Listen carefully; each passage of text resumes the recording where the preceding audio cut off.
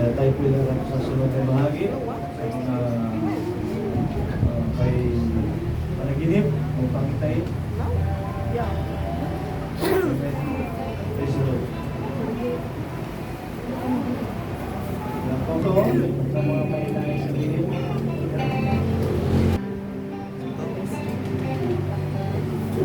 Praise God, hallelujah. Magandang umaga sa Panginoon, ganun sa mga kapatid. Masasabi ko lang na nagpapasalamat ako sa Panginoon sa kabutihan niya sa amin at nung Merkulis na kalabas sa amin, na kalabas na rin kami mga kapatid. Salamat sa mga panalangin sa patuloy na kagalingan. Nagpapasalamat rin ako sa Panginoon dahil sa kabila ng dumadating sa ating buhay, lahat ng bagay na dumadating sa ating buhay, lahat yun ay may kapalit. Kapalit na para sa aking mga kapatid. Siguro yung nangyari sa kanya parang blessing sa amin. Kasi sa lahat ng mga nagastos namin ay may kapalit, mga kapatid. Tapos siguro by next Sunday o sa mga susunod na Sunday, siguro naisama ko na rin.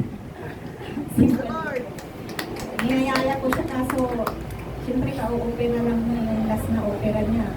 Dalawa kasi yung buto daw na naputol sa gitna niya dito, kaya natagalan yung ano niya, yung pagkaka-opera. Pero after 1 week nung last na na-operahan, umuwi na rin agad kami mga kapatid. Kaya parang nagre-recovery pa siya na namamaga pa yung Panginoon.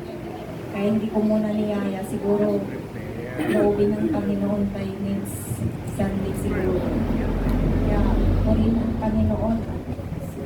Bukas ay naway-ingatan kami ng Panginoon sa follow-up, check-up niya. Kaya pinupuri ko at pinapasalamatan ang Panginoon dahil mas malaki ang pagpapalang kapalit na pinagkaloob ng Panginoon. Kaya pinupuri ko siya, pinapasalamat.